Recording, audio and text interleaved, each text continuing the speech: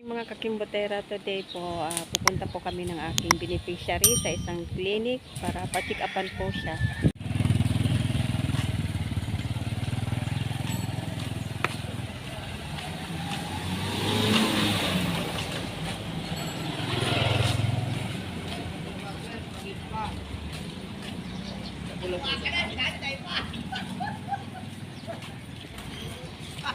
Kimbotera, ito po kami ni Ate Nimpa. Siya po ay dinala ko dito sa San Roque, Bumbon, Camarines Sur. Dito po sa Bliss Clinic Charity or Bliss Charity Clinic.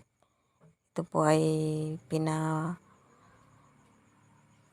ng Dr. Francis Piña de Vera. Nakilala ko po 2 months ago. So, dito ko po siya dinala para ma-check up, ma-guide kung ano ang dapat niyang gawin sa thyroid goiter.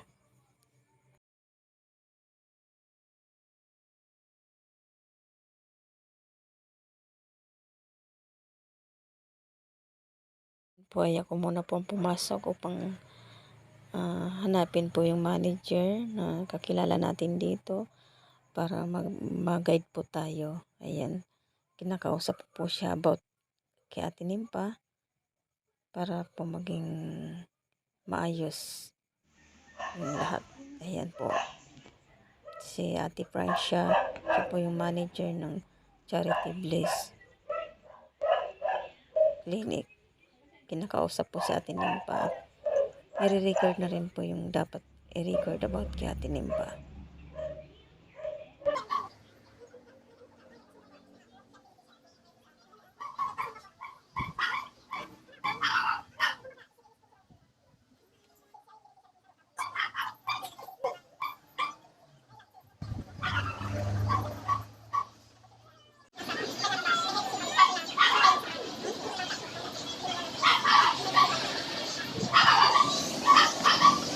Na yung pag-iroon. Pero kung gusto mo na mag-maray-maray ang itsura mo, pipatangkas yun.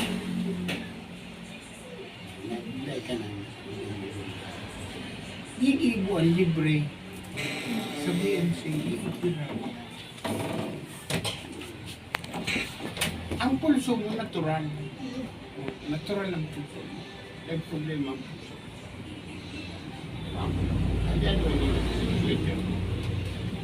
Basta nakakahalong ka pa, saka nakakahangos ka. Pero kung napupuot ka na kaya, Opera na talaga siya. yan. Dahil mo kayo po nalito. Pero kung kirayatin mo, pang-apat. Gusto mong malimuhan, magpagayong kapali mo at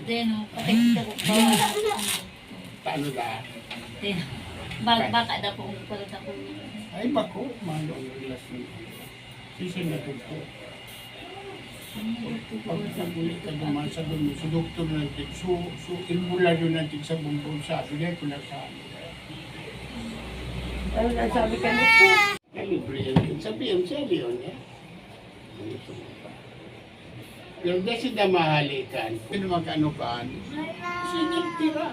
Pero nasasain mo yan, Missy. Pero dahil man po yan masakit. Dahil man po Maabot yan. ang panahon. Dahil ibig kong sabihin pag nag-opera po, dahil man yan Ay, dahil. mayo po yan ma-apektara na ibang parts ng ano. Matitibay ang mga operasyon kayo. Saka, kuya, Dakula na. Mas maray ang dakula kisa sa date na operahan. Oo. Di, bad ka. Ingay. Bad. Sis, ako Vera. Dapat i-like din do ang ano. Tikit na sumba. Tapos ang pusid, pinataon na sila. Thank you, thank you. Mga kimbotera, sa ngayon po at tapos lang yung si Ate Nimpa. Sabi naman po ng doktor,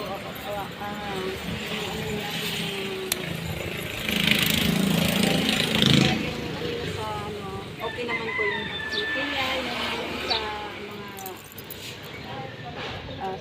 sa mga tinanong po ni doktor sa kanya, okay naman po yung, ang problema lang po at kung ano talaga, waiter niya na kailangan kong alisin, kailangan, binigyan na rin po siya na referral para kung sakaling mag-decision siya na ipatanggal, ipa-opera, pwedeng po sabi naman. Kasi heartbeat okay naman po. Yes, so, si ate naman pa lang po makapag-decide kung kailan siya pwede i-surgery.